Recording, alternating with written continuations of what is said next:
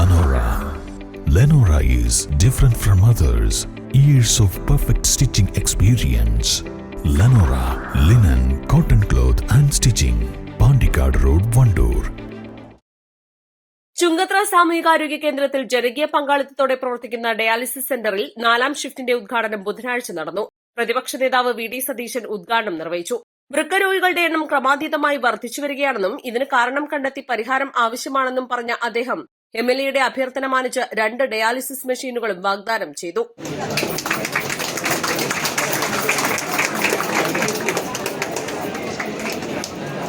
ഇനി 200 മെഷീൻ വെച്ചാൽ ഇവിടെ മതിയാവില്ല എന്ന് പറഞ്ഞതുപോലെ ഈ കിഡ്നി സംബന്ധമായ രോഗം വ്യാപകമായി കൂടുകയാണ്, എല്ലാ സ്ഥലങ്ങളിലും കൂടുകയാണ്. എന്തുകൊണ്ടാണ് നമുക്കൊരു അന്വേഷണം നടത്തേണ്ടതാണ്. സംസ്ഥാനത്ത് മറ്റൊരു സംസ്ഥാനത്തും ഇത്രമാത്രം ഉണ്ട് എന്ന് ഞാൻ കരുതുന്നില്ല. ലിവറിന്റെ കാര്യമാണെങ്കിൽ നമുക്ക് പെട്ടെന്ന് മനസ്സിലാവും എന്താ കാര്യം.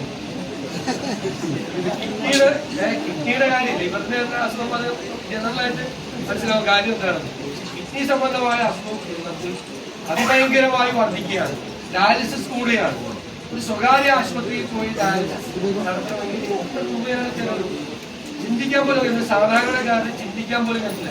പലർക്കും ആഴ്ചയിൽ 3 പ്രാവശ്യം ഡയാലിസിസ്, ആഴ്ചയിൽ 3 ഡയാലിസിസ് ഒരു സ്വകാര്യ ആശുപത്രിയിൽ പോയി ഇടത്തരക്കാർക്ക് പോലും ചെയ്യാൻ പറ്റില്ല.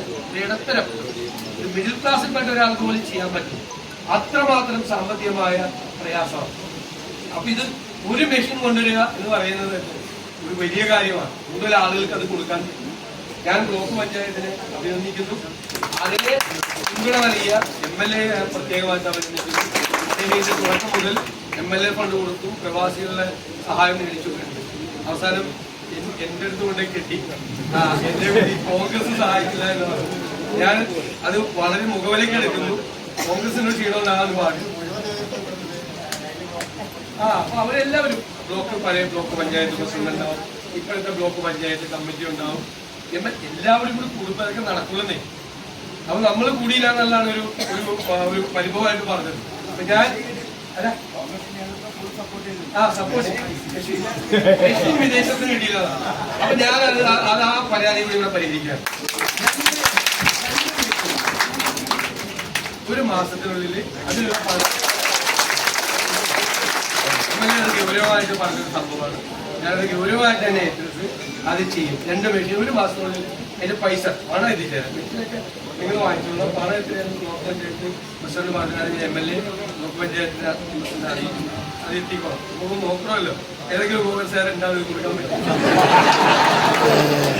ഞാൻ തമാശയായിട്ട് പറഞ്ഞാണ്. അത് നല്ല കാര്യമാണ്. 2 മെഷീനും കൂടി വരുവാന്ന് പറയുമ്പോൾ അത്രയും ആളുകൾക്ക് നമുക്ക് സഹായം ചെയ്യാൻ പറ്റും. പി വി അൻവർ എംഎൽഎ അധ്യക്ഷത വഹിച്ചു. ജനകീയ പങ്കാളിത്തത്തോടെ 2017 9 മെഷീനറികളുമായി ആരംഭിച്ച ചുങ്കത്ര ഡയാലിസിസ് സെന്ററിൽ നിലവിൽ 16 മെഷീനറികൾ ഉപയോഗിച്ച 3 ഷിഫ്റ്റുകളിലായി 91 രോഗികളാണ് ഡയാലിസിസ് ചെയ്തു വരുന്നത്. എന്നാൽ ബ്ലോക്കിന് കീഴിൽ കുട്ടികൾ ഉൾപ്പെടെ നിരവധി രോഗികൾ ഡയാലിസിസ് ചെയ്യുന്നതിനായി അപേക്ഷ നൽകി കാത്തിരിക്കുന്ന അവസ്ഥയുണ്ടായ സാഹചര്യത്തിലാണ് 4ാമത്തെ ഷിഫ്റ്റ് ആരംഭിക്കുന്നത്.